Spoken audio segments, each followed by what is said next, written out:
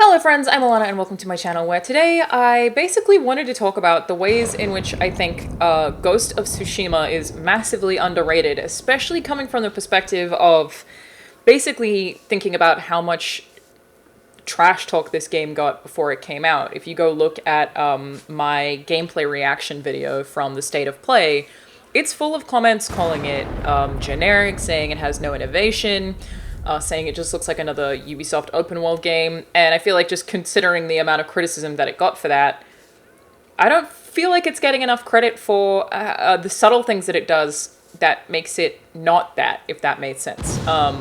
So I kind of just wanted to take this opportunity to talk about some of my, I guess, favorite things about this game and staples of an open world that I really like. But I did also want to say that this was in part inspired by a tweet thread by Will Maiden, who was at Avalanche Studios, who just pointed out some things that I was like, you're right, we aren't talking about the cool stuff that this game does really at all. So let's highlight some of that. I figured this is a really good place to start. This is my second playthrough, playing on English this time around, and I am about halfway through Act 2. And this is a main quest that I have already started. And I know this is really simple. If you've played it, you'll already know, but I can just goddamn walk away. That's not Nobu, that's not my horse. Whenever I want to, right? Literally walk away and do absolutely anything else without getting a desynchronized, without getting a fail. And it has just so many little touches like that that I just want to see in open world games that, of course, developers aren't going to put in more open world games if we don't talk about how much we enjoy these things. So that's the first one. It's also that when you go to your quests, even in here, I can do them out of order, right? So like this is an interesting one, the Ishikawa tale. It tells me exactly how many I have left, so it doesn't just feel like a quest goes on and on and on and on and on with new objectives over and over and over again. It's a really smart way to pace things, is that you know exactly how many steps to this quest with this character you will have. I think it also does a really good job just in this menu system of letting you pick which of these characters you're most interested in and having you completely ignore the ones that you want. It doesn't matter. All of the Masako tales, all of her stuff, I think is super interesting, and I could just jump through and do these in different orders. Right now, obviously, this freaking win system, anyone who's already played this game will be exceptionally familiar with this, but it is worth noting, I've seen people say, well, why is it so aggressive? Why does the wind gust so hard? But it doesn't. Sometimes it's just little pieces of pollen, which means right now on screen, there is no little mini-map, there's no waypoint, there is nothing that is taking me away from just looking at whatever I want to, which feeds into this open world so well. I could just pick up this quest, or I could follow that red bird. That you can just kind of actually do whatever you want, and I feel like it just makes... Like, yes, this is leading me in a certain direction, but there is no punishment for if I go off track, and I don't have to reset anything or look at my minimap again and get stuck in it if I go off track. I can just choose to go off track, which means that it feels like, even though open worlds build themselves all about being about choice, or freedom, they often aren't, because they also at the same time beat us over the head with do this to get this thing, this objective will give you this, complete this for this person, so that you get this XP to do this. And while there is obviously a level system in this game, and you have all your attributes and your skills and all that stuff that you can level up, it actually, by taking away some of the aggressive clause in how scripted something is, just literally including this like pollen flowing design, gives you a reason to explore other than just knowing explicitly what the reward is because it came up on an icon on your minimap. And again, I would literally be happy to see every single open world game do something more like this. I knew you'd understand, Lord Sakai. I feel like encounters like that again, I'm actually not going to proceed. I'm going to save that for later. But it means that that is now, you know, in my menu. I don't have to have that exact conversation with that guy when I want to take that quest up again. What are you trying to take me to? Oh, you were trying to take me here. It's to a tail. You just come across stuff like this, including the wildlife, which is another cool thing. I just punched my microphone. I have not killed any animals in this game, aside from a boar once, that you have to for a quest. But this entire playthrough, I haven't killed a deer, I haven't killed a bird. That's obviously like a minor note, but I feel like it also makes the world feel like a more pleasant ecosystem that you can really easily get lost in, more so than Again, an open world full of things that are just objectives, things that are just going to add to a completion list. It feels like it's there for me to like genuinely experience rather than to complete a series of checklists that a designer clearly put there, if that made sense. I feel like it's also worth mentioning literally both of those, right? I already had that tail, that blue one that just came up, in my menu because a peasant had told me about it. And the same kind of applies for the side quest that I rejected. So as people tell you this information, the map slowly unlocks. Every single question mark here will be something that I have in some way organically heard about, and even someone who's played the exact same amount of hours as I have up to this point in this game won't necessarily have any of these same checkpoints. But I also really love the Fog of War system. It just does a very good job of like not overwhelming you with junk that it wants you to do, in that we don't have the, Far Cry, Assassin's Creed climb tower to unlock area and then see every single thing in area. It's literally a Fog of War for both of the islands here. If you zoom out, you can see everywhere that I've been. It's a unique enough approach to an open world, especially because you can fast travel to any location for the record. So, like, I can fast travel to any fox den, even if I found it and not completed it, but it is on my map. I guess I have completed most of them, but farmsteads. You can fast travel to your Pillars of Honor, to your hot springs. So they also make it so that you can get across the map really, really quickly, too. Another particularly cool part of the map is this stuff, where this is a main quest, but if I actually look at the location that it's at, it will show up gold if I have one new upgrade that is actually available to me.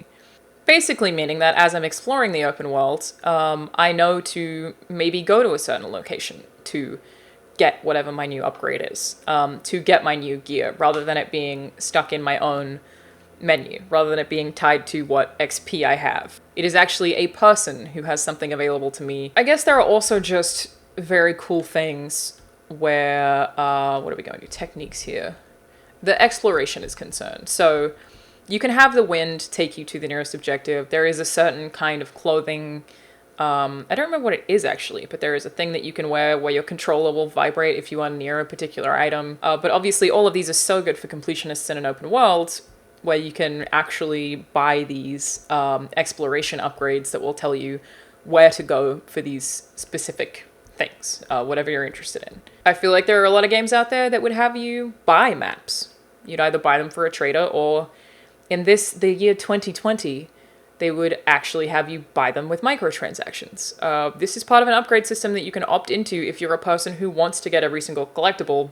But I feel like just because of the way this game is designed, and I also want to say, I feel like I've seen a lot of other people say this, it is an open world game that I actually want to spend a lot of time in, because it isn't constantly telling me what I'm not doing. It isn't constantly trying to make me get XP or collectibles. It is more of a like, follow the world and discover what you want at your own pace, and we will make it easier for you if you like, or you can ignore it entirely if you like, but we're not going to overwhelm you with it in every location that you go to. I guess there are also just like a couple of other, I want to say basic things, but I'm sure all of these things add up to be like little tiny basic pieces that just make this one really cool picture.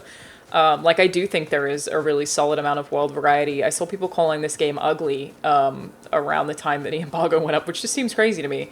Because, we're going from an area that was storming back there, which obviously this is a big grassy field, but into this like beautiful golden tree area. And okay, I missed it. Can we talk about standoffs?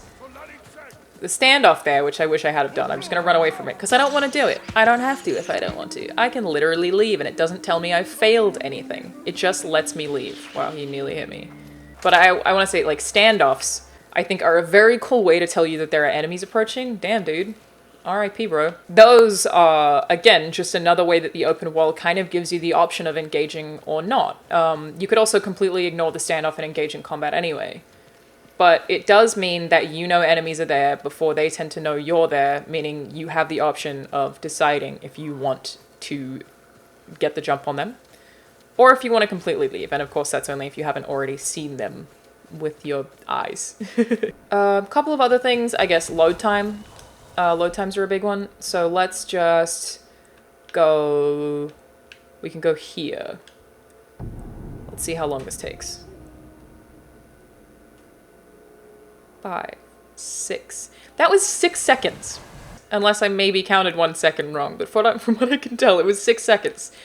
That's crazy fast, and again, open world game, super important to be able to give you the option of going wherever you want to without bogging you down in a load screen. I want to find a group of Mongols just to show you guys something, but hang on, let me... Hello, horse. Also worth mentioning, best horse mechanics in any open world game. I just 100% believe that. The fact that I can ride at a tree, and horse is smart enough to not dive nose first into a tree, as a horse would be smart enough to know. It'll move out of the way on its own. Just kind of seems like a... Why did other people not do this? Yeah, for sure, the best open world horse, in my opinion. Alright, let's do the standoff. Let's do it. I don't have all my upgrades, so I don't think I can chain it, unfortunately, but... Alright, let's go. Oh, I thought he was gonna flinch me.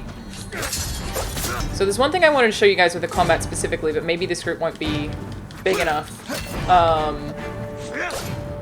I wish there was a camera for the combat, I really do. I wish there was a lot more camera. Yeah, I don't think this game is perfect for the record. I just think it does a lot of really good open world stuff. I do have other videos where I've spoken about, you know, some of my issues with it. Enemy AI was a thing that I didn't love. This guy's running away? Where are you going, boss?